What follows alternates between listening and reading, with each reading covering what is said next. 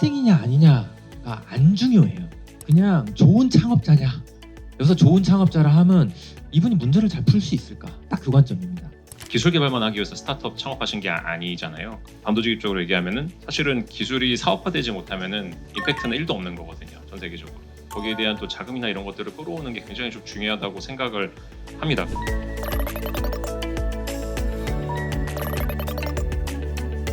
오늘 함께 해주시는 분들 소개드리겠습니다. 국내 최초 임팩트 엑셀러레이터이자 투자자로서 임팩트 생태계를 확장해온 소풍벤처스의 한상엽 대표님 모셨습니다.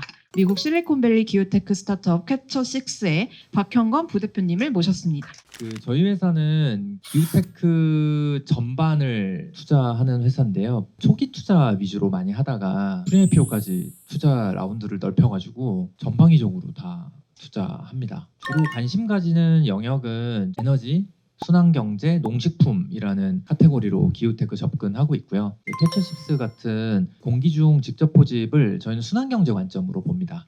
순환경제도 우리가 보통 폐기물 이런 거 생각 많이 하시고 실제 저희도 플라스틱 쪽 자원순환에 투자를 많이 했습니다만 공기 포집 이런 것도 투자하고요. 농식품 분야는 기후나 환경 영향을 좀 줄여낼 수 있는 솔루션들에 투자하고 있고요. 음식 폐기물 이쪽은 상황에 따라서 순환경제로 보기도 하고 혹은 농식품 전체 밸류체인에서 마지막 폐기 단계에 포함시키기도 하고요. 그리고 대체육 투자도 열심히 했고 대체 커피 콩 없는 커피 그리고 에너지랑 농업이 만나면 저희는 영농용 태양광 조만간 한국에서도 영농용 태양광이 좀 더 활발해질 거라고 저희도 기대하고 있거든요. 투자만 하는 건 아니고 그 생태계 지원 작업도 열심히 합니다. 1년에 한 번 좀 기후 관련된 분들을 쫙 모아서 행사도 하고요. 기후 생태계를 만드는 작업을 열심히 해왔어요. 그리고 국내만 투자하는 건 아니고 현재 저희 전체 익스포저 관점에서는 90%가 국내고 10%는 글로벌입니다. 한 7%가 동남아, 베트남, 싱가폴 이쪽에 포트폴리오가 좀 다수 존재하고요. 3%가 미국, 뉴질랜드에도 포트폴리오가 있어서 기술 관점에서 의미 있다 이렇게 생각되면 글로벌 투자도 하고 있습니다. 우리 박형건 부대표님은 저희 회사를 기후테크 투자로 끌어준 분 중에 한 분이에요. 한국에서는 굉장히 드문 커리어를 보유하고 계시고요. 특히 기후 관점에서 미국의 기후테크 스타트업에 한국인이 일하는 경우들이 저는 아직 많이는 못 만나봤어요. 그 관점에서도 굉장히 좀 독특한 커리어를 보유하고 계셔서 오늘 좀 재미있는 이야기를 같이 좀 나눠보면 좋을 것 같습니다. 도대체 그런 급격한 커리어 전환을 기후 관점에서 왜 하시는지도 전 좀 궁금하기도 해서 그런 얘기 좀 해주시면서 시작하면 어떨까 싶습니다. 저희 캡처6에서 6이 혹시 뭔지 아시는 분? 예, 이산화탄소의 원소 번호가 바로 6번이기 때문에 캡처6입니다. 그 이름에서 알다시피 이제 탄소를 포집하기 위해 만들어진 회사고 담수화설 같은 데서 나오는 농축수를 이제 피드스톡으로 써가지고 전기화학식으로 분해해서 수산화티륨을 뽑아내고 그걸 가지고 이제 대기 중인 이산화탄소를 포집해서 탄산연물로 이제 바꾸는데 저희는 그렇게 하면서 물을 더 생산할 수 있는 부분이 있습니다. 탄소 포집에만 그치지 않고 다방면으로 좀 이렇게 SDG에 기여도 하면서 수익화도 할 수 있는 방식을 좀 취하고 있고요. 좀 더 이렇게 사업화에 특화된 기업이라는 거를 다시 한번 말씀을 드리고 싶습니다. 그래서 수자원공사가 서산 쪽에다가 담수화설을 크게 짓고 있어요. 거기다가 이제 저희 기술을 도입하는 거를 계속 논의 중이고 한국이랑 아시아를 좀 더 집중하기 위해서 저는 이제 한국에 돌아온 지가 한 1년 정도 됐습니다. 기후 관련해서는 저는 지금 한 20년 정도 됐는데요. 말씀하신 것처럼 저는 처음에는 기후 금융 쪽, 저는 산업은행에서 사회생활을 거의 시작을 했습니다. 그때만 해도 기후는 거의 아무도 몰랐어요. 그래서 저도 이제 우연한 기회에 기후가 얼마나 지금 변하고 있고 그거에 대해서 미치는 영향들이 큰지를 좀 알게 됐고 그전에는 그냥 환경에만 관심이 있었지만 기후에 대해서는 잘 몰랐는데 그냥 그걸 접하고 제가 그냥 나서서 이쪽을 제가 좀 해보고 싶습니다. 산업은행에서 전혀 이런 주류 업무 이런 게 아니었거든요. 근데 그런 상관없이 제가 하고 싶다고 해서 그걸 또 기회를 잘 주셨고 그렇게 해서 제가 이제 기후 쪽 금융 업무를 시작을 하게 됐고 그러다가 저는 또 이제 미국으로 이제 다음에는 또 가게 됐는데 이제 뉴욕 쪽에서 산업은행에서 이제 근무를 하면서 이제 MBA를 또 하고 돌아와서 그 GCF라는 기후를 전문으로 하는 국제기구가 있습니다. 그래서 그거를 이제 생긴다고 할 때부터 저는 이제 거길 가야 되겠다. 결과적으로는 GCF에 이제 한국인 최초로 가게 된 감사한 기회가 왔고요. 그래서 거기에서 한 7년 정도 있으면서 정말 다양한 기후금융 업무를 할 수 있었고 이게 기후금융 업무도 되게 재밌고 되게 중요하지만 우리가 정말 이 시간이 얼마 남지 않았고 이거를 정말 탄소 중립을 우리가 달성하기 위해서라면 기후기술의 도움 없이는 불가능하겠다라는 생각을 갖고 기후테크 쪽을 그때부터 또 연구를 하고 어떻게 하면 그쪽에 우리가 적용을 할 수 있을지도 고민을 많이 했던 것 같습니다. 저는 이런 기술이라면 정말 한번 미래를 걸어볼 가치가 있겠다 생각이 돼서 이제 GCF에서 고민을 하다가 클라이먹스랑 어떻게 또 잘 연결이 돼서 거기서도 좀 같이 일하자고 감사하게 기회가 왔고, 미국에 그런 재단들이 굉장히 많거든요. 기후 쪽으로 뭐 여러분들이 잘 아실 만한 뭐 베조스 얼스 펀드라는 것도 있고, 뭐 블룸버그 같은 경우도 있고, 그런 거 전문화하는 데들이 많은데, 저는 이제 클라이먹스 파운데이션이라고 이제 샌프란시스코에 있는 기후를 전문으로 하는 재단인데, 되게 운이 좋게도 클라이먹스에 풀타임으로 일하면서 클라이먹스 스위스 회사를 파트타임으로 제가 또 자문을 해주는 기회를 갖게 됐습니다. 그렇게 해서 이제 미국을 이번에 서부 쪽으로 가게 됐고, 저도 뭐 이렇게 막 이직을 제가 꼭 자주 하려는 그런 거 전혀 아니었고 그런 성격도 아니긴 한데, 거기 제가 아무래도 실리콘밸리의 중심에 있다 보니까 기후테크 관련해서 정말 다양한 분들이랑 연결이 됐고, 창업까지는 아니지만 그래도 내가 기여할 수 있는 부분이 있을 것 같다라는 생각에 좀 창업자분들이랑 여러 얘기를 했고, 그 중에 하나인 이제 캡처식스에서 감사하게도 같이 한번 해보고 싶다고 기회를 주셔서 현재까지 이제 오게 된 사례인데, 반면에 이제 고용 안정성은 이제 날로 떨어지고 있는, 개인적으로는 하루하루가 불안한 삶을 이제 살고, 뭐 잘 아시겠지만 미국 회사는 언제든지 자를 수 있거든요. 그래서 저는 여러분들 같은 창업자가 아니고 직원이기 때문에 지금도 메일이 와 있을 수도 있다. 이제 그동안 고마웠다고. 그래서 그런 것들을 감내하더라도 그래도 할 가치가 있다. 여러분들도 어디든 취업하실 수 있었을 거고, 뭐 원하는 거 뭐든, 뭐 연구자가 되셨을 수도 있을 거고, 교수님이 되셨을 수도 있을 거고, 아주 유명한 기업들에 취업을 하셨을 수도 있겠지만, 그럼에도 불구하고 아주 리스크를 떠안으시면서 이렇게 창업을 하신 이유가 다 있으실 거라고 생각을 하거든요. 그래서 저는 한 번도 어떤 특정 회사의 이익을 위해서 일해본 적은 사실은 없어요. 다 대부분 좀 공공적인 목적을 가지고 했고, 기후라는 거는 저는 그게 굉장히 중요하다고 보거든요. 그리고 물론 여러분들도 스타트업을 하셨고 본인들의 회사시니까 당연히 회사가 잘 돼야 되고 그게 중요하지만, 그런 것보다 나는 기후라는 거대한 담론, 이거는 정말 우리 인류와 나 자신, 또 나의 뭐 가족들이 될 수도 있고요. 그거 다 연관이 있는 분야니까 그런 좀 그래도 공공적인 생각을 가지고 항상 좀 접근을 해주십사 하는 부탁을 당부를 좀 드리고 싶은 마음이 있고, 저는 이제 캡처식스 업무하는 거 외에도 그 우리들의 미래라는 우리나라의 재단이 있는데요. 저한테 조금 도와달라 해서 제가 그것도 자문을 조금 드리고 있는데, 저희도 이제 기후테크 관련해서 좀 다양한 것을 기획을 하고 있습니다. 우리들의 미래가 그 아까 말씀드린 클라이먹스 파운데이션에서 좀 자금을 받아가지고 소풍이나 그다음에 미국의 또 서드리뷰티브라고 하는 굉장히 유명한 클라이밋 액셀러레이터 프로그램이 있습니다. 거기랑 해서 우리나라의 좀 유명한 기후테크 기업들을 좀 미국이나 해외에 좀 빨리 갈 수 있도록 액셀러레이션 하는 것을 저희가 지금 기획을 하고 있고, 공공의 그런 이익을 위해서 많이 하고자 하는 마음이 있고, 저는 그게 되게 중요한 것 같아요. 저희는 기후테크 투자할 때 4가지를 무조건 봐요. 4가지 중에 3가지가 있어야 투자를 합니다. 첫 번째, 전문성. 그냥 기술 전문성 없이 접근할 수 있는 게 거의 없는 상태인데, 일단 제가 그거를 박형건 부대표님을 빗대서 얘기하면, 자, 형건님이 기술이 있나요? 없죠. 그렇지만 이제 형건님이 계시는 캡처식스에 그 대표님을 비롯한 주요 멤버들이 거기도 사실 교수님들 다수 포진해 계시고 기술을 인정할 만하다. 두 번째 뭐 보냐면요, 자금 봅니다. 저도 이제 기후테크 투자하지만 기후테크 투자 진짜 어려운 것 같아요. 정말 어렵고, 그리고 이미 좀 이쪽 분야에 오래 계신 분들은 아실 텐데 2000년대 중반에서 2010년 초반까지 클린테크 붐이라고 하는 시기가 있었어요. 그 당시 규모로는 천문학적 규모의 투자들이 주로는 신재생 에너지 쪽에 투자가 됐다가 대부분 다 엄청난 손실을 보고 문을 닫았어요. 그러다 보니까 뭘 되게 중요하게 보냐면요, 그 오랜 시간을 버텨내실 수 있냐 이고, 기업 관점에서의 핵심은 대표님이나 회사에 자금, 자본 전문가가 있어야 됩니다.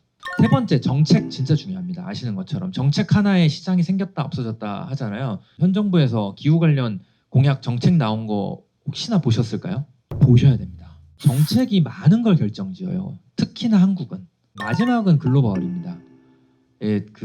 물론 내수 시장으로 충분하게 의미 있는 사업을 할 수 있는 경우도 꽤 있고, 저도 내수에서 매출을 낼 수 있는 회사를 선호합니다. 한국에서는. 글로벌 진출이 진짜 장난 아니거든요. 한국에서 하는 건 진짜 어렵구나. 미국에서는 그나마 뭘 조금 해볼 여지가 있는데, 이런 생각을 이제 하다 보니까 이 팀은 태생부터 글로벌인 거예요. 구성원들이 전 세계 곳곳에 흩어져 있거든요. 그래서 저희가 생각하는 4가지 중에 4가지가 거의 다 있는 팀이었어요. 기술 개발만 하기 위해서 스타트업 창업하신 게 아니잖아요. 반도직입적으로 얘기하면은 사실은 기술이 사업화되지 못하면은 임팩트는 1도 없는 거거든요. 전 세계적으로. 거기에 대한 또 자금이나 이런 것들을 끌어오는 게 굉장히 좀 중요하다고 생각을 합니다. 결국은 2가지인 것 같은데 돈이 있으셔야 되잖아요. 미국에서는 왜냐하면 그런 거를 또 도와주는 또 이렇게 필란스로피들이 또 있어요. 그래서 아예 좀 실종하나 사업화를 좀 빨리 갈 수 있게끔. 그래서 그런 자금에 대한 부분이 중요할 것 같고 그런 의미에서 이제 이쪽 사업화 능력을 가지고 있는 기업들이랑 협업하시는 것도 한 가지 방법이 저는 될 수 있다고 생각을 하고 뭐 리얼월드 세팅이라는 말을 쓰잖아요. 그래서 거기에서 하면 또 문제가 생기고 뭐 이것만 되면은 이쪽에서 투자해 줄 줄 알고 또 대기업이 뭐 적용해 줄 줄 알지만 그럼 이거 해봐 결국 끝나지 않는 사이클이 생기는 경우도 많거든요. 그래서 그거를 항상 조금 사업화 마인드를 가지고 접근하시는 것을 저는 항상 좀 권유를 드리고 싶습니다. 어떤 과정을 통해서 수자원공사랑 POC를 하게 되신 거예요? 네, 저희는 거기에 대해서도 이제 노력을 좀 많이 기울였죠. 왜냐하면은 수자원공사는 전통적으로 뭐 탄소 포집을 사실은 관심 있어 할 그런 기업은 아니거든요. 이제 수처리 쪽을 당연히 전문으로 하는 데고 아트와 사이언스가 다 필요한 거죠. 아까 드렸던 거는 담수화 시설 중요하다. 이제 물 부족 사태에는 이게 해결책이 될 수가 있겠지만 반대로 이거는 인프라 사업이고 아주 많은 전력을 사용을 하고 그러면 또 온실가스 배출을 많이 할 수밖에 없거든요. 그럼 이게 탄소 중립에는 또 역행할 수밖에 없다는 거죠. 그래서 우리가 좀 탄소 중립도 하면서 원래 기존의 목표인 물 생산을 더 오히려 늘려줄 수 있는 물론 이제 그냥 얻어진 거는 아니고요. 아직도 많은 노력이 필요하고 그런 식으로 좀 마음에 맞는 프로젝트 스폰서를 빨리 찾는 게 되게 중요할 것 같아요. 그렇게 해야지 좀 빠르게 실증화랑 사업화까지 가는데 가장 큰 지름길이라고 생각을 합니다. 또 실제로 뭐 단독으로 지금 실증하시는 건 아니고 국내 또 굴지의 수처리 기업과 컨소시엄 형태로 하고 계시거든요. 우리 회사와 시너지가 날 만한 다른 회사들과의 네트워킹 및 신뢰 형성 작업을 또 계속 해두셔야 됩니다. 그래야 또 기회가 왔을 때 그 기회를 단독으로 잡을 수 없으면 힘을 합쳐가지고 만들어서 잡아내셔야 되는 게 좀 있는 것 같고요. 딜테크 기술이라는 게 그 기술 개발과 POC가 너무 오래 걸리다 보니까 투자하시는 분들 입장에서도 투자가 굉장히 꺼리신다는 말씀을 해주셨는데 저희 같은 이제 학생 창업가분들 프리시드나 시드 이렇게 투자 받으러 갔을 때 어떤 걸 좀 어필하면 좋은지 궁금합니다. 일단 그 몇 가지 방법적인 부분 기술적으로 좀 말씀드려볼게요. 여기 지금 팁스 안 하시는 팀이 있나요? 팁스 필수입니다. 그리고 가급적이면 기후테크면 이제 딥테크 팁스 가능성 높거든요. 저희가 아니어도 팁스 하시면 5억 그냥 R&D로 받아가시죠. 딥테크 하시면 15억이죠. 그리고 지금 뭐 만약에 창업하셨다, 실제 법인 만들었다 그러면 예창패, 초창패 등 여러 지원 프로그램들을 하시면 그게 또 몇 억 되시잖아요. 드리고 싶은 이야기들은 일단 자금 관련해서는 투자만이 답이 아니고 그랜트, 지원금 이런 여러 자금들을 바탕으로 설계를 하셔야 돼요. 우리 지금 기술 개발에 이게 3년 동안 매출이 안 날 것 같다. 3년간 소요 금액 얼마? 이거 어떻게 채우지? 이런 식의 감각이 있으셔야 되고요. 당연히 석사, 박사 등의 라이센스 있고 그 분야 연구를 수년 했고 그 업계의 경력이 뭐 5년, 10년 이상 되고 이러면 저희가 굉장히 좋게 보죠. 그렇지만 그게 없다라고 해서 뭐 무조건 투자가 안 되는 거냐? 그것도 아니어서 그걸 넘을 방법을 찾아보셔야 되고요. 그다음에 정책을 무조건 알아야 한다 저는 계속 강조를 드리는데요. 그래서 위원회나 정부 관련 기관들에서 부르시면 기후테크 스타트업들 무조건 가셔야 됩니다. 창업팀이 훌륭하고 기술이 있고 뭐 계획도 정합적이고 이렇다면 기꺼이 검토할 만하다라고 다들 이야기를 하기 때문에 대학생 창업이어서 가질 수 있는 또 장점이라는 게 있잖아요. 그래서 그런 부분들도 좀 잘 살리시면 저는 분명히 가능성이 있다라고 말씀드릴 수 있을 것 같습니다. 그럼 학생 창업이 어느 영역까지 기후테크에 가능할지, 그 다음에 어느 정도의 전문성을 보유해야지 투자를 받을 수 있는지 등등 궁금합니다. 학생이냐 아니냐가 안 중요해요. 그냥 좋은 창업자냐. 여기서 좋은 창업자라 하면 이분이 문제를 잘 풀 수 있을까? 딱 그 관점입니다. 대표님이 마케팅 PR 에이전시 다니시던 분인데 기후에 꽂히셔가지고 나 기후 창업할 거야. 이렇게 해서 뭘 하셨냐면 나 이쪽 분야 너무 관심이 있는데? 이래서 그 연구소들 미팅해서 기술을 사오셨어요. 그러니까 저는 말씀드리고 싶은 게 학생이냐 아니냐 안 중요하고요. 전문성 관점이 맞는 것 같고요. 근데 그 전문성이 저희 관점에서도 어떻게 묻어나냐면요. 그 문제에 좀 미쳐있냐로 드러나는 것 같아요. 그 미친 사람한테서 나오는 바이브가 있거든요. 뭐 여쭤봤을 때 그 자리에서 답을 못 하시는 경우들이 있을 거잖아요. 그러면 거기에 미쳐 있는 분들은 며칠 뒤에 그거 찾아보고 알아봐서 피드백을 줘요 저희한테. 네, 전 이제 그런 과정 등을 통해서 아 좋은 창업자겠구나 이렇게 보는 것 같습니다. 아직 기회가 되게 많으시잖아요. 그래서 뭐 나 이거 아니면은 뭐 그 다음이 없어가 아니니까 그런 걸 되게 항상 눈을 잘 크게 뜨시고 잘 주위를 보시면 좋을 것 같고 뭐 예를 들면은 이루고자 하는 솔루션이 목표가 있으실 거 아니에요. 거기에 맞는 솔루션이 본인 가진 것만으로도 될 수도 있고 안 될 수도 있는데 안 될 경우에는 그런 식으로 뭔가 좀 이렇게 협력을 다각화해서 하는 게 되게 좀 중요한 것 같습니다. 근데 국가별로 또 규제나 이런 시장 불확실성이 다 다를 텐데 그런 걸 종합적으로 보셨을 때 혹시 여기서 또 투자에 대한 포인트로 보시는 점이 좀 있으신지? 외국 기업인데 한국에다가 자회사 설립하고 한국에서 어떤 활동을 하면 그 기업한테도 지원금을 줍니다. 팁스도 할 수 있어요. 전 세계에서 창업 지원 정책 가장 잘 돼 있는 나라가 한국이라고 해도 과언이 아니거든요. 스타트업 분들 그냥 많이 뵈면은 막연하게 그냥 미국 진출하고 싶어 하시는 분들이 되게 많으시더라고요. 그냥 뭐 실리콘밸리 뭐 이런 거에 동경도 있고 하니까 저는 오히려 한국 기업으로서 한국에서 얻을 수 있는 많은 혜택들 방금 말씀하신 것들 미국 같은 경우 인건비가 일단 굉장히 비싸거든요. 그래서 저는 오히려 섣부르게 뭐 미국 진출하시려고 생각하기보다는 한국에서 충분히 기반을 다 쌓으시고 기술 고도화도 이쪽에서 다 하시고 그게 저는 더 빠르고 가성비 있는 전략이라고 생각을 합니다. 두 분 다 국내뿐만 아니라 글로벌로 또 기후 섹터 팀들을 많이 만나 보시니까요. 그 중에 재밌다거나 혹은 좀 인상 깊었다거나 아니면 정말 기후 위기를 좀 해결하는데 임팩트가 있다거나 뭐 그런 팀 하나씩 소개해 주시면 저희한테 도움이 될 것 같습니다. 최근에 좀 관심 있게 봤던 것들이 두 개 정도 기업이 있는 것 같아요. 첫 번째가 이제 다 아실 수도 있는데 그 CDR 쪽에서는 마티카본이라는 데가 있는데 그 Enhanced Rock Weathering이라고 해서 현무암 같은 거를 분석해가지고 이제 농지 같은 데다 뿌리면은 거기 탄소를 이제 자연적으로 흡수하면서 그 농작물 생산량을 증가시켜주는 그런 기술인데요. 그 다음에 또 하나는 어제도 말씀드린 대로 이제 체스넛 카본이라는 데가 있는데 거기도 기술 자체는 정말 그냥 조림 사업 하는 데예요. 거기도 그 JP 모건 이런 데랑 해가지고 그 금융을 굉장히 크게 일으켰습니다. 다시 한번 이렇게 기회를 주셔서 너무 감사드리고 제가 요새 우연히도 정주영 현대 창업자님의 자서전 이 땅에 태어나 아마 많은 분들이 모르실 것 같은데 저만 해도 되게 와닿았기 때문에 안 읽어보셨으면 한번 꼭 읽어보시라고 안 그래도 정주영 창업 경진을 하고 계시니까 또 다른 분에 대해서도 좋아하실 것 같고 그거를 감히 좀 추천드리고 싶습니다. 하여튼 오늘 이렇게 기회 주셔서 다시 한번 너무 감사드립니다. 중국을 자주 가십시오. 중국이 선진국이더라고요. 메이드 인 코리아여서 올 가능성이 굉장히 높다. 혹은 디자인드 바이 코리아여서 올 가능성이 굉장히 높다고 보기 때문에 그래서 기회가 되시면 중국 기업들 자주 만나시고 돌아보시고 거기는 인프라 비용이 저희보다 훨씬 싸잖아요. 이런 실험이 가능하다고 하는 수준의 실험을 해요. 지금 실제 현장에 계신 분들 더 많이 느끼고 계실 거라서 좀 그렇게 하시면서 시야도 좀 키우시고 장기적으로 기회가 이런 데서 올 거다. 제가 어느 전 세계를 가봐도 한국만큼 창업 정책 잘 돼 있는 데 없고요.